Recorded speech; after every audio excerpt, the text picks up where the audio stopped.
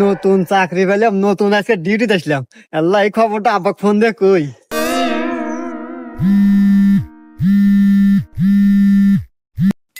হ্যাঁ বাজান। হ্যালো আব্বা। আব্বা, আমি নতুন চাকরি পাচ্ছি, পুলিশের চাকরি পাচ্ছি। কই? তুই কি করিস বাজান? তুই পুলিশের চাকরি পাচ্ছু?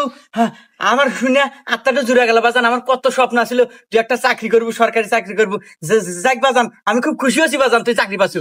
আব্বা, ওই আমাদের বাড়ির পাশে যে টয়লেট মোড় আছে না, রাস্তা, এই রাস্তায় আজকে আমি ডিউটি করতেছি। তুমি আসো, দেখা হয়ে যাও। বাজান আমি এই সময় কিভাবে যাবো আমি বুঝতেছি না তো। আরে আব্বা, আমার মোটর সাইকেল আছে না, ওই মোটর সাইকেল বাইরে বাইরে টান দিয়ে আইসো। এই যে টয়লেট মোড়ের রাস্তা, এই রাস্তা আইসো, দেখা করি, কথা কই তোমাতে। আচ্ছা আচ্ছা বাবা, ঠিক আছে, আমি এখনই আসতেছি। বাজান আয়, আমার বুকে আয়। আব্বা, বুয়ে পরে যাইতেছি।